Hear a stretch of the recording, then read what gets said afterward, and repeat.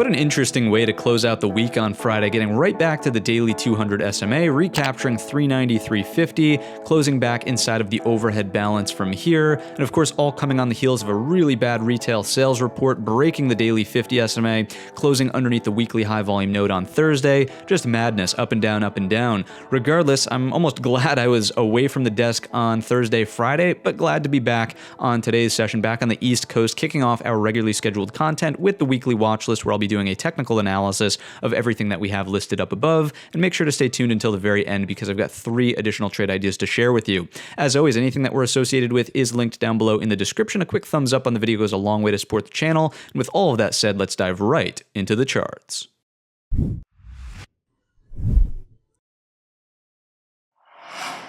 So kicking things off on the SPY weekly time frame, talking about candle structure and location as we always do.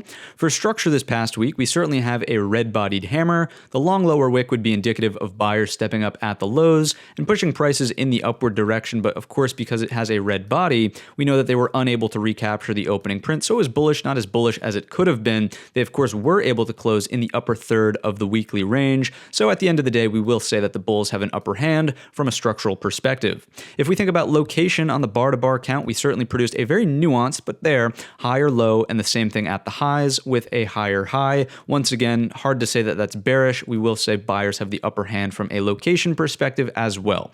Now, the story of the weekly time frame chart continues to be the resistance trend line here, and there are really 2 primary factors that improve the bullish odds of a break sooner rather than later. Number 1 is the fact that we're coming off of a weekly higher low instead of some lower low that would have been underneath 348.11, and we're also retesting the trend line in short proximity of time instead of a longer duration like we had in the past. So those 2 things speak to improved bullish odds. If you also recall, in prior videos, we've talked about the 3 steps that are required to change the weekly trend. Number 1 was breaking the first red hammer candle high, and I really like the fact that the lower wick from this past week's worth of trade respected that as an area of support. So that continues to stack up as a bullish data point. Step number 2 was getting back above the prior balance lows from this area on the weekly time frame chart. That was accomplished as of the green close here. Notice that we look underneath the level and then close back above in the past week's worth of trade, once again, an indication that the sellers kind of failed to do their job there and hold prices underneath.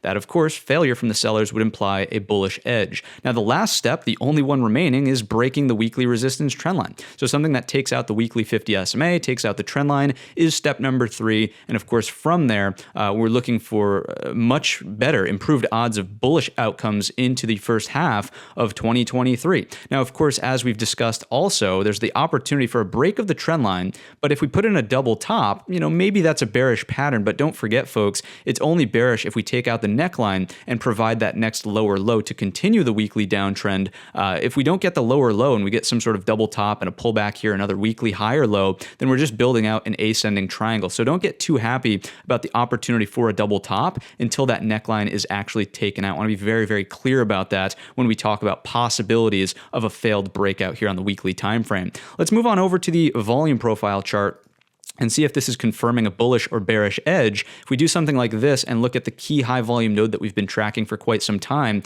notice that last week's trade finds support right at the high volume node, confirming this is an area of support and not just blasting right through it in the downward direction. To me, seems to be more bullish than bearish. And just like we can also rotate through low volume voids on the downside, we can do the same in the upward direction. The next overhead high volume node is much closer to SPY 420. Once again, this is not a forecast that we're going there in the coming week's worth of trade, just pointing out where that level is from a volume perspective. Let's have a look at the monthly time frame chart. I know we're going backwards in terms of time frame analysis, but I think that this makes it really clear to observe the inverted head and shoulders that we've been describing as well. I mean, this neckline is just clear as day across all of these different data points that were prior support, then resistant here. Of course, the pattern would look something like this. There's your right shoulder that's building out, and breaking that, of course, on a measured move perspective would bring us just shy of all-time highs. Now, the point of bringing this into today's episode is not to imply that we're going here anytime soon, but to say that the neckline of this pattern very much so could be in place sooner than you think. That's right around SPY 410,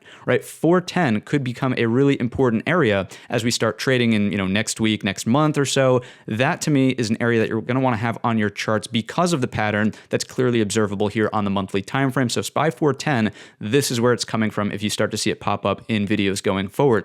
Let's have a look at our daily time frame chart and see if this is confirming or denying, or what is the daily suggesting to us as we move into the upcoming week's worth of trade. Expected move is always up first. What do we see from this perspective? The upper edge is right at 403.12, and to me that's bullish because it would suggest a break of last week's high and also a break of the resistance trend line. So a higher high getting over the weekly resistance trend line does strike me as bullish, and the lower edge keeps us neutral at best, right? Or even just continuing to be bullish. The lower edge is 388.62, suggesting an equal low to the pullback and the breakdown from Wednesday and Thursday of last week. So expected move does stack up as a bullish data point in my estimation. Let's have a look at our levels. As we described in the introduction, we closed back above 393.50, which is really noteworthy because of what took place on the breakdown Wednesday and Thursday. Having a look at the hourly time frame chart, we'll notice that the momentum completely dried up. Sure, we closed the gap and we sort of closed fairly weak on Thursday, but we didn't actually continue to expand range in the downward direction. We knew that we were extended from the prior week's expected move, but look at what takes place on Friday. This, I think, is the tell here, and we'll also see this confirm in the internals in just a moment. This is where we open right here at the lower edge of that first hourly bar. We look lower, right? There's a big breakdown in the morning, right to the close of Friday, rally to close the first hourly bar at the highs of Thursday's session, right? So to me, no momentum from the sellers, right? If momentum from the sellers was going to stick, it should have stayed underneath 389.50. We should not have rallied right back to the highs of Thursday. Then look at how high and tight the bull flag consolidation is into the afternoon before just a straight up breakout into the afternoon session. No regard for resistance at 393.50 on the back test. So if we think about the hourly pattern that we were sort of concerned about, which of course was this head and shoulders here, the ideal right shoulder, that lower high, wanted to be underneath 393.50. It just wasn't the case. So the hourly structure also supports more of a bullish edge as we open up the coming week's worth of trade. So in terms of the daily patterns that we have to evaluate here, the more time we spend over 393.50, the more likely it is, in my estimation, that we break that weekly resistance trend line. Of course, your double top may come into play at 399.75, but the target should be in here, much closer to 402.50. That to me would be the bullish look for the upcoming week's worth of trade. Anything above that, what do you know? There's that SPY 410 area that we were just discussing. If you're a seller and you want to see this market go to hell in a handbasket, to you, this is no man's land. You really have to get acceptance underneath 389.50, last week's lows, the pullback low, for this to start looking bearish. If we don't get underneath 389.50, it's just bullish consolidation, and ultimately I think the market's holding its breath for a break of the trend line, possibly on some tech earnings that'll be in the upcoming stages of February, latter half of January, right? So that's what I believe is the intention of the market here, and I do think that a really bullish move was made on Friday, getting back above 393.50. Let's have a look at some Fibonacci perspectives, then we'll continue to move this analysis forward. Here we go. Notice that the pullback did not go to the 38.2. It did not stop at the 50, but it did stop at the 61.8. So it wasn't an ideal pullback. The rainbows and butterflies pullback, as we know, was the 38.2. But remember, when we're coming to the Fibonacci analysis, any time that you close bars underneath a 61.8, the odds dramatically increase for some sort of move back down to the 100% retracement. Notice that we never closed that bar underneath. So it's not as bearish as it could have been on the breakdown. And I think we'll find a similar case coming from the highs down to the lows. In essence, this 38.2 is the flip side of the 61.8, right? Notice that we never closed that bar underneath. We went right to it. In a rainbows and butterflies world, we should have held up at the 50% retracement, which was sort of coinciding for support around 393.50. So it wasn't perfect for the bulls, but it also wasn't as bearish as it could have possibly been, getting a daily close underneath the 38.2. Let's have a look at our anchored VWAPs coming in with this study here. Notice that we pulled back into the cluster of anchored VWAPs, and we did find support here. We've closed back above them. So you could think of this as a bit of a break, retest of the anchored VWAPs, and now closing back above. That, of course, is a bullish structure, finding a daily higher low somewhere around this area. So to me, many of the data points and the fact that the sellers did not accelerate on Thursday, Friday, stack up as being big improvements for a possible break of the weekly resistance trendline. In terms of anchored VWAP resistance, bear in mind that this is the 2022 all-time high anchored VWAP that could start to coincide over time with somewhere around 403, upper edge of the weekly expected move. move. That's why this area here is kind of a target if we do get continued break in the upward direction. Anything further than that, again, there's that 410 level that we just discussed from the monthly time frame chart. Okay, so we've covered all of our SPY daily levels. Let's see if the market internals are confirming any of the activity that we've seen here. And I would say absolutely. I mean, look at the astounding amount of volume that came in on the Friday session here, closing well above the 300 million mark. And then also compare the cumulative builds, right? So this cumulative build in terms of volume, as we saw the bullish break of the first original balance area, very bullish, right? We know that the 1 billion read is really what we want to see for something to be considered significant on a weekly performance perspective. The selling that took place on Wednesday off of the bad news, it brought us down, but it didn't really take us much further than about 500 million, which is not really a bearish data point from a weekly cumulative read perspective. So the fact that this does not imply major outflows to the market would once again fall into the bull category for the upcoming week's worth of trade. In terms of the advanced decliner, notice the trending activity here. Don't get me wrong, this is definitely bearish on the Wednesday session. There's no avoiding that. But on the Thursday consolidation session, the fact that much of the activity in the advanced decliner was actually trending higher shows improvements across the market. And of course, here speaks for itself, improvements and really confirmation on the Friday breakout. Same thing with our tick. If you watch the impromptu update on Thursday, you'll remember that we weren't sure if the data was accurate in the cumulative read. Well, I'm excited to confirm that, yeah, it was fairly accurate. It might have been slightly different, but nonetheless, no big bearish activity on the Wednesday session, no big bearish activity on the Thursday consolidation session, and certainly confirming the breakout on the Friday here. If you're not familiar with the market internals, this video in the top right-hand corner has got you covered with a brief tutorial. Let's see if the market profile is telling us anything that we should pay attention to. And once again, I've got another tutorial for you in the top right-hand corner. I'll put that up there now.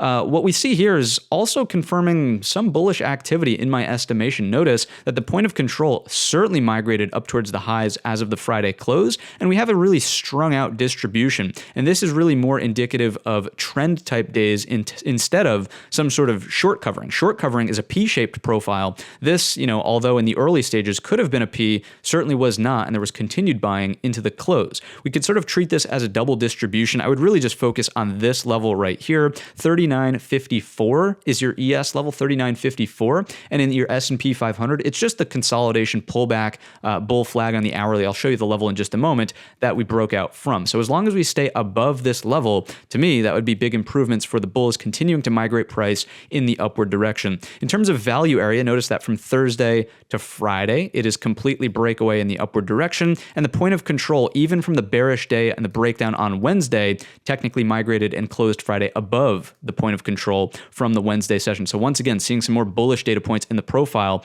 instead of anything that's like screaming, hey, caution, the market's going to fall apart tomorrow. Not seeing any evidence of that as of right now. Let's go back on over to the platform here.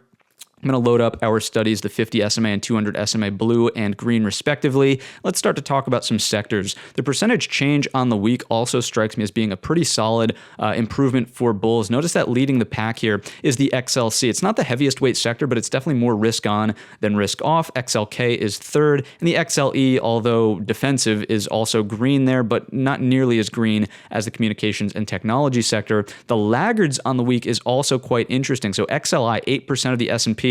Not ideal to see it down 3.33%, but look at what we have after that. We've got utilities and consumer staples. I mean, if those aren't risk-off defensive sectors, I don't know what is. And to see them lagging as the market actually saw a pullback there does strike me as a considerably healthy look for the positioning of the sectors overall. Let's have a look at the structural charts and just make quick assessments here. If you recall from a prior video, we talked about finding the higher lows on all of these charts. That was the objective. Now that many of them had made higher or equal highs, we're looking for higher lows on pullbacks. Notice that your XLC, higher low confirmed, break of the overall range here, really impressive, much more of a risk on look for our market. You want to see it continue to spend time over 52.17, and in the worst case scenario, just continue to consolidate, over $50.75. Next up is the XLK.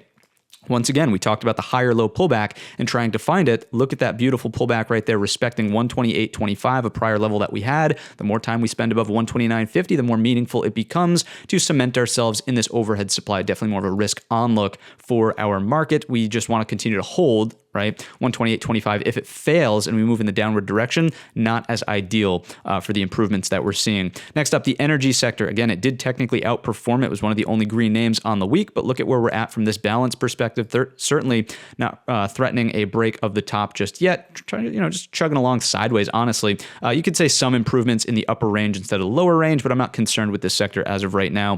XLI is where some significant damage was done. We didn't really find that ideal high or low. If you recall, in this particular chart, the level we wanted to see respected was 99, and of course we violated that and closed right on it as of Friday. This will be an interesting data point. If it perks back up over 99, fine. Maybe just start to treat this as an overall balance area. Maybe we do something like this and it breaks in the future at some point. But this is starting to become much more neutral, right? If it was going to be bullish, it would have held the 99. It simply did not. Next up, we've got utilities, where we actually did want to see some deterioration from a risk positioning perspective, risk on, risk off. Notice, nice fall down here, did not threaten a break at the top of the range. This sort of looked like a fake break. Hammer candle, yes, as of the Friday close, but it's not pushing highs here, which of course is what we don't want to see if we're bullish in this market. So it strikes me as a bullish data point here, seeing the structure of that XLU, and the same thing holds true here in the XLP, right? Breaking down from this as an overhead balance area, not even getting anywhere close on the back test. The more time that we spend underneath 74, the better for the XLP. But remember, this one actually is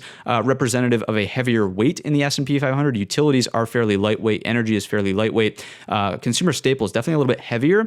We just want to see it lag. We don't want to see it fall off of a cliff and go to zero. We want to see it lag. It's in a position to lag here. If it can just slowly grind higher, that would be supportive of a healthy market sort of rebound as we try to break that weekly resistance trend line. Next up is the XLF. Financials getting a little bit more of that double top type look here, but nonetheless finding that beautiful higher low we had discussed over 34.50. The more time we spend above, the more healthy it looks for a bull flag up here and a possible break over 36 in the future. This does strike me as a bullish look for the market. XLB for materials, again, starting to get that double top, but where did we find the higher low? Oh, would you look at that? Perfectly at the level we had discussed in prior videos at 80.75. So to me, this looks good. If we can put in a bull flag here, although it is a lightweight sector, it will at least help the market try to make an attempt over the weekly resistance trend line. Next up is the XLV for the healthcare sector. This is the second heaviest weighted sector, therefore definitely something to be keeping an eye on. The fact that it broke down from this balance and did not accelerate in the downward direction does strike me as helping to keep the market at least neutral or not providing a huge headwind to the market. If this, let's see, if this were to get back down underneath 133.50 and start accelerating here and possibly break to here, that would be difficult. So even if we did see the improvement in the XLF, if we did see the improvement in the XLK, fighting a heavyweight XLV, probably a little bit of an issue for the market moving forward. So because that's not happening, because we sort of have what looks to be a little bit more of a look below and fail, I would say that this actually supports a more bullish market than a bearish market. Next up, we've got the real estate sector. Remember that this has much more to do with the wealth effect, continuing to consolidate up here towards the highs. Definitely more positive for an overall consumer perspective. Next up, we've got the XLY for consumer discretionary. And again, think about the concept of we were looking for higher lows. It held up beautifully. Remember that, the market never gives us exactly what we want, but this was pretty darn close,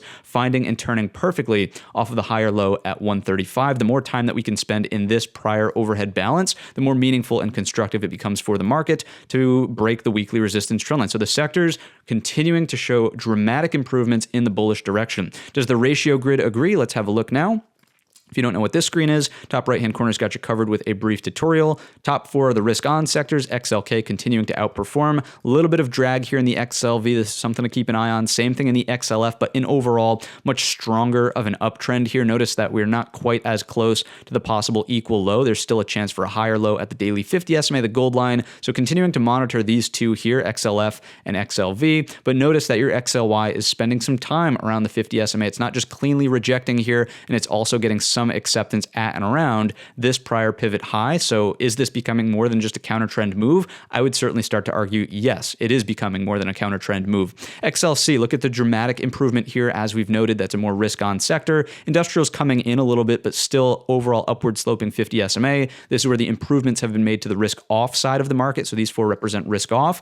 XLP pointing lower is not indicative of risk off. Energy going sideways, not indicative of risk off. Same thing with utilities moving lower, and real estate sideways doesn't really have too much impact on our market either. Let's have a look now at our XLP XLY ratio. And here we go. There it is. Notice, again, real excited to continue to bring you big improvements in this one, spending more time over the 50 SMA, a clean break of the resistance trend line, never going back down and reattempting these lows in here. This is a much more constructive and bullish look for our market as we move forward. I also like, once again, as we discussed on the XLY itself, getting up and over this high will become meaningful for your relationship between these two right here. Remember that this is growth and this is value. In a bullish market, typically growth will be the outperformer. So we want to see this line continue to chug in the upward direction here. Let's have a look at our dollar now. The Dixie is up next, and this continues to stay weak, floating down around this 102, 101-ish area. Remember that the Fed does not necessarily like this. It's indicative of a looser financial conditions out there in the market, but stocks, equities certainly do like a lower dollar. So the longer that this stays lower, the more bullish that would become, I would imagine, for equities moving higher. And it's being confirmed, right? We can always compare this to the GC, the gold contract. It's being confirmed by the strong break here. Notice that this is just, perfect 3-bar play up at the highs here, threatening a break of this little pressure cooker top that's being built up here. Certainly would be a bearish pressure for the dollar, therefore bullish for equities if gold continues to break out and, move in the upward direction here. Let's have a look now at the TNX and see what's going on with our 10-year. Having a look at the 10-year, still threatening the weekly lower high, right? And if we can break down underneath this level here around 3.4, certainly would be bullish for equities, right? Usually as this falls, it relieves the pressure on the XLK, the most powerful sector for our S&P. And of course, we would expect some bullish outcomes if that does take place. If it just goes sideways here, that's where I think the market is in a little bit more turmoil, and we might get more choppy activity around that resistance trend line instead of a clean break in the upward direction. Let's just have a look at the TLT, which is basically the inverse of this chart, but I want to show you the ratio compared to the SPY. There's no outperformance in the bonds here, which once again is not indicative of a flight to safety. No one's rushing into the TLT and saying, oh goodness, I'm fearful of the earnings recession. This thing's going to collapse. I got to, hedge with some TLT. You're just not seeing that, right? The ideal look for the TLT to outperform is taking out the set of highs here, which just simply hasn't been the case, even when we saw that big drop in the S&P on the Wednesday session. Let's have a brief look at the HYG just to confirm whether or not the risk the risk tolerance, the risk appetite of the market is still elevated. Absolutely. Notice that it's still hanging out up here over these highs in relationship to the SPY, which is technically underneath. You could call it some divergence, but nonetheless, this being indicative of the risk appetite, people certainly willing to outlay some capital for a outsized return there. Let's get on over to the Fed Watch tool and get a little bit fundamental in the analysis. Notice here that we're still calling the 500 terminal rate and a rate cut as soon as late second half of 2023. What I thought was really interesting, and I think the numbers have adjusted already. Let's go to this tab here. When I signed on early on on Sunday, this was actually showing the possibility of 0.03. 0.03 was over here for a flat, no hike. That, of course, has been since adjusted. But I want to have a little bit of discussion here in today's episode about the conundrum of the Fed, really, and Jerome Powell being caught between a rock and a hard place. Of course, this represents a bailout of earnings recession fears, right? If the Fed can come in and cut rates, maybe that increases future margins, so to speak, for tech companies specifically, and it bails out our market. Now, the issue with that is we're already starting to see a little bit of an underperformance in the Q4 beats versus misses. Remember that you want to see 66% or better. If you're going to be outperforming anything less than 66%, you start to get concerned about earnings recession fears, especially in this environment, so to speak. So if the Fed comes in to cut rates to sort of solve the issue of the earnings recession, the market's pricing that in. The market's saying, right now, Jerome Powell has got to do something, and they're calling their bluff, right? The Fed continues to come out and say it's going north of 500 basis points. We're going to continue to go in 25 basis point increments, but it's going to go much higher than you ever thought. The market's like, yeah, we get it. You can keep saying that, but not going to happen, right? So if the market's right, and at the end of the day, we peak out there at 500 basis points. The Fed pauses. The earnings recession may be less likely because, of course, we're not continuing to put pressure on the XLK tech. The dollar will drop. Commodities will rally, ultimately continuing to exacerbate inflation, right? And then, of course, we're caught in this cycle and the Fed has to hike rates again. Of course, that would be sort of the double move of inflation that we saw in the 70s, and taking a page from history, that would be an absolute disaster for our market. Something that I want to point out about situation number one up here is that this will be drawn out. This will be a really long process that possibly takes years, YS, years plural. That's not a 4, that's a Y, years to pan out. Now, if the market's wrong, situation number 2, and the Fed continues to aggressively hike rates, Jerome Powell brings the hammer to the next February meeting and says, you know what?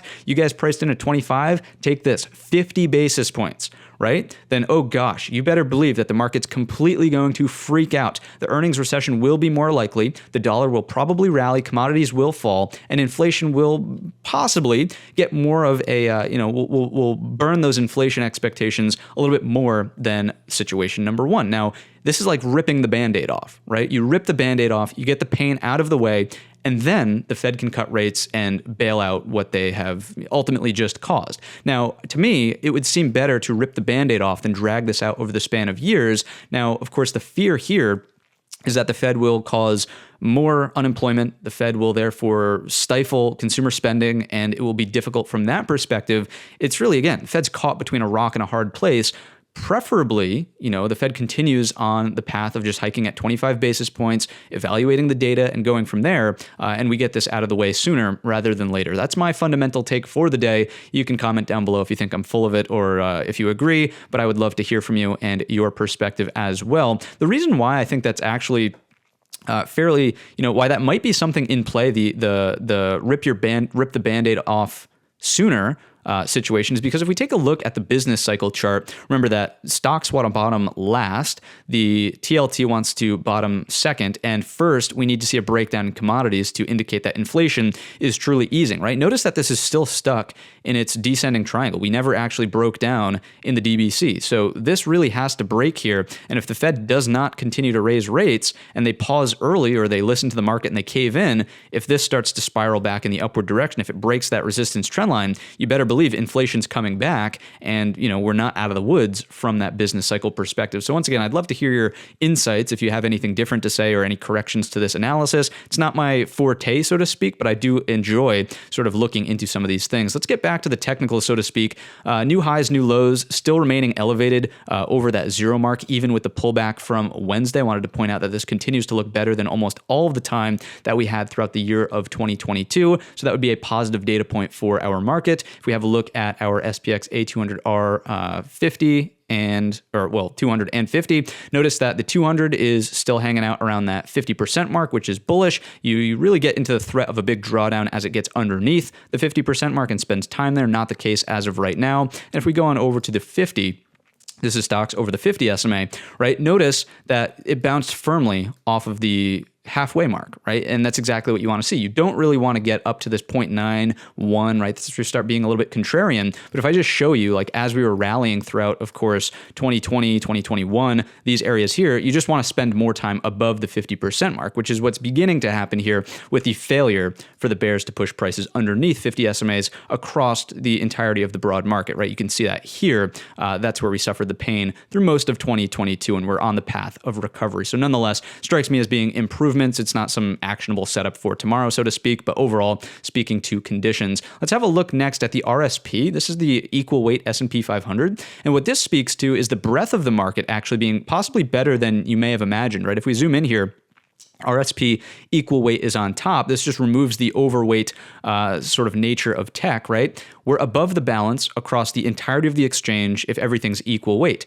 If we do something like this, we're still above it, but notice how the pullback did not respect it as cleanly, right? So the breadth, the entirety of the SPY in terms of weighing everything the same, the conditions of the market, so to speak, may be better than we think if just a couple of bad apples, so to speak, to put it bluntly, are causing the pain here on the pullback from Wednesday. Just a data point to consider that, again, would stack up as being more inspiring for bullish outcomes instead of bearish outcomes. The VIX is up next. What's going on in the VIX? Still underneath 2050. Once again, it's very hard to say that we're in a terrible bearish market environment if the VIX is sub 2050. That was the floor for all of 2022. If we start spending more time underneath that, it certainly seems to be an improvement instead of deterioration. Now, the one thing to, of course, point out is that we're, of course, susceptible down here to the flood effect, right? And that's really evident in the VVIX. Let's have a look at the VVIX, which continues to be floored.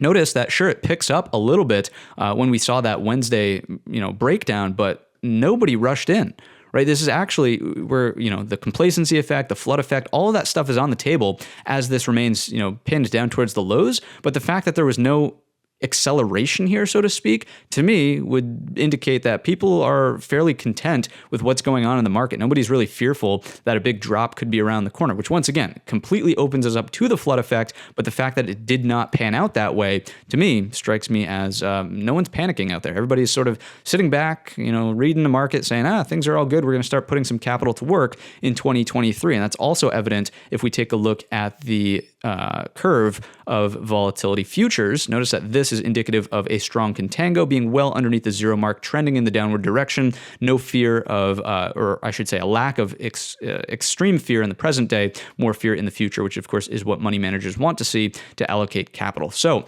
that has been an in-depth look at our S&P 500. Let's take a brief tour at the QQQ, IWM, and we'll send you on your way with the remainder of the video. So here, you'll notice in the QQQ, a close back above the bottom of the balance from here, possibly getting to the resistance trend line this upcoming week. Once again, the upper edge suggesting a break of the trend line. Overall, higher low was beautifully placed here at the low of the prior week's sort of pullback there at 274. That was a level we had discussed in the past. The fact that this, perfectly performed as it did, to me, definitely more of a bullish data point. Once again, remembering that tech, of course, is heavier in terms of the representation in the S&P 500. Can you tell that I'm jet lagged? You probably can.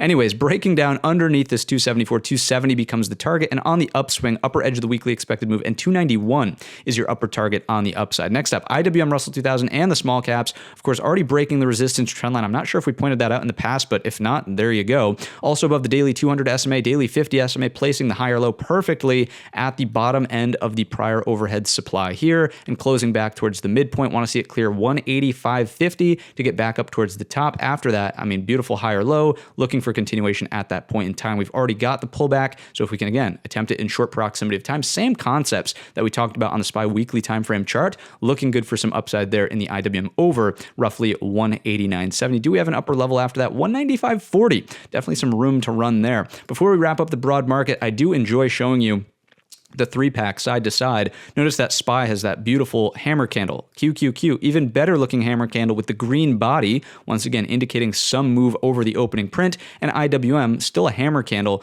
but not quite as pretty as the ones that we've seen on SPY and the Qs. So knowing that this has acted as a leader, knowing that it's above its weekly resistance trend line, are we just being patient and waiting for this in the Qs, being patient and waiting for this in the SPY? It certainly would seem likely based on many of the data points that we've covered in today's episode. Do, of course, always keep an open mind to something that's different than what we've discussed, but so far, I would say that some dramatic improvements have been made out there across the entirety of the market. If you've made it to this point in the video, I'm sure you're enjoying the analysis. Hit the thumbs up button and subscribe to the channel so you know every time a new video comes out. And with that, we'll dive directly into Apple. Beautiful break and retest on the 134 level right here. Loving the higher low that was produced. The more time we can spend above 134, the more I'm looking for this to turn into a bull flag and possibly break into the future. The full measured move takes us to the target at 146, but definitely be mindful of the, back test of the breakdown point here at 140.25. To be bearish on Apple, it would have to be a failure of 134 to hold and a lower high underneath. I would need to see the lower high first,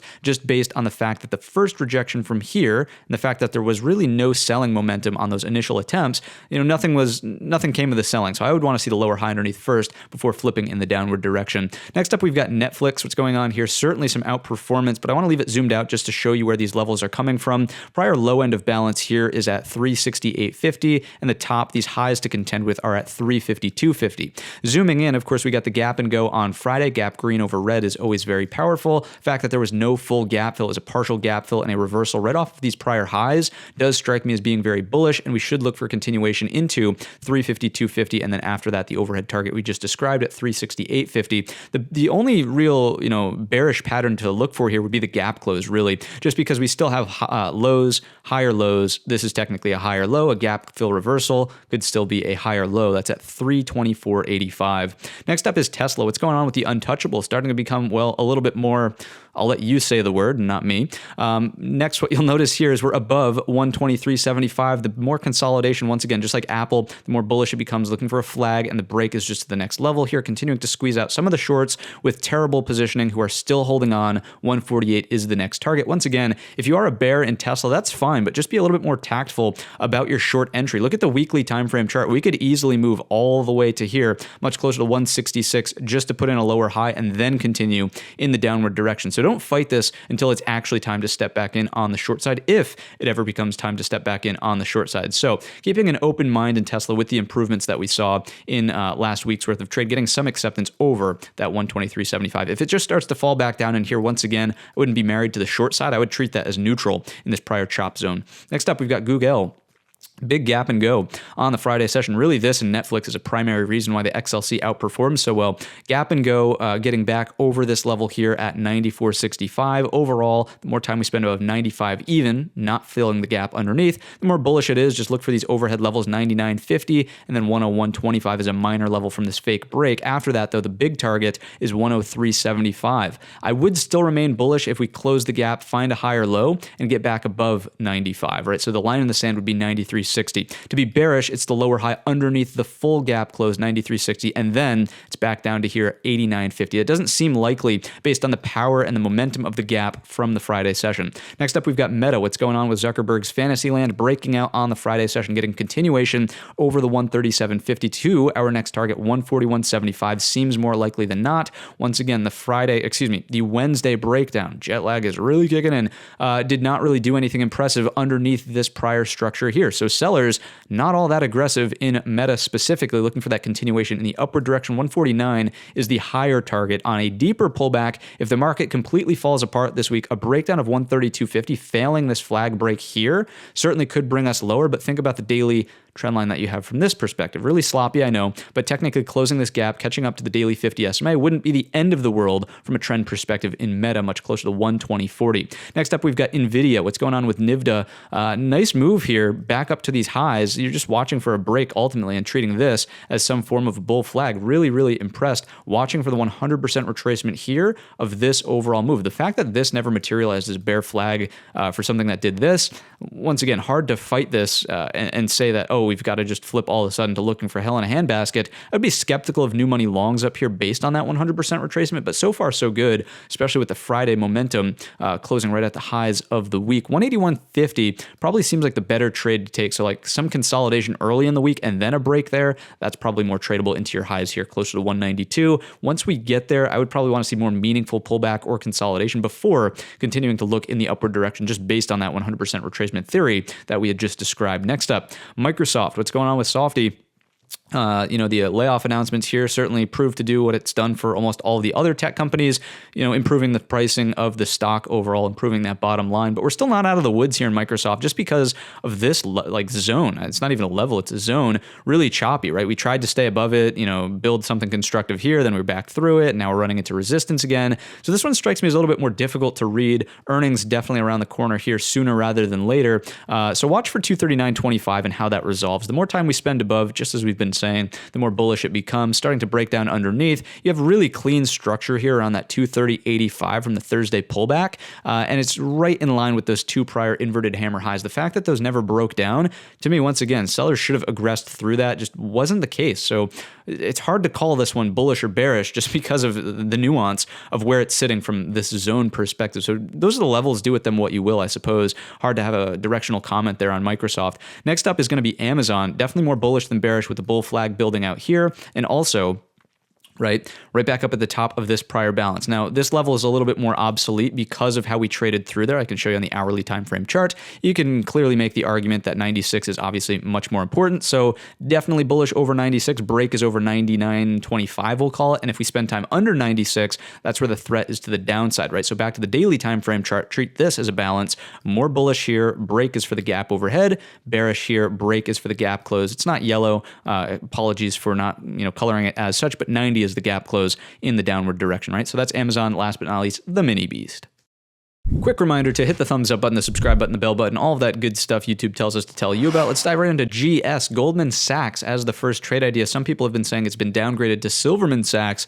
Regardless, looking for a bear flag to stay underneath 352.19, threatening a breakdown of this flush point at 340.38. Just like we've talked about in many other charts in today's episode, we do have that 100% retracement phenomenon taking place here. So watch for the dead cat bounce, watch for the consolidation first, and then the break of 340.40 to get you to 326. Why 326? Because we have thin structure on the way to it, and that's really where it picks back up. Two equal lows, prior high, and some congestion from in the past, making it a great target on the downward side. Let's have a look at TTD. The trade desk is up next. What's going on here? Looking at a possible look below and fail. So a nuanced pattern. There's a balance range. Look below. If we can get back above 45.65, looking to trade to the top of the range there at 47.60 and monitoring for continuation of a break of the resistance trend line, right? This is a really powerful trend line. We're in an overall downtrend, but just like the SPY weekly time frame chart, we have the opportunity for some higher lows. And if we reattempt the trend line in short proximity of time here versus here,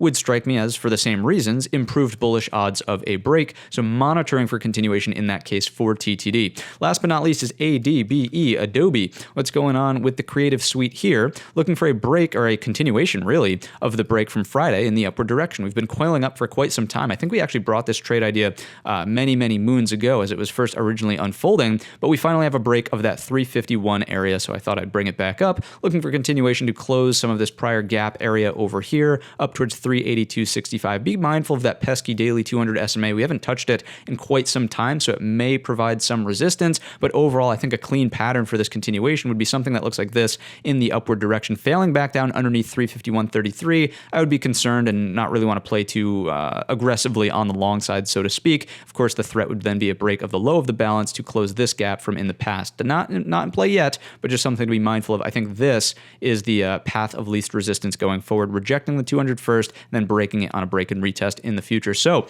that's going to wrap up the video. It was a long one. It was a jet-lagged one. If you could tell in the voice, let me know in the comment section and say, hey, never make one of those videos again. Just update us on Monday. I probably won't. I will stick to my schedule, and I'm going to stop talking now. So thank you so much for tuning in. I hope to see you in tomorrow's pre-market prep, 8:30. Be there, be square. We'll be covering all of the nuances of the open. If you enjoyed the video today, drop a thumbs up. A comment goes a long way to support the channel. And with all of that being said, I wish you a green trading week.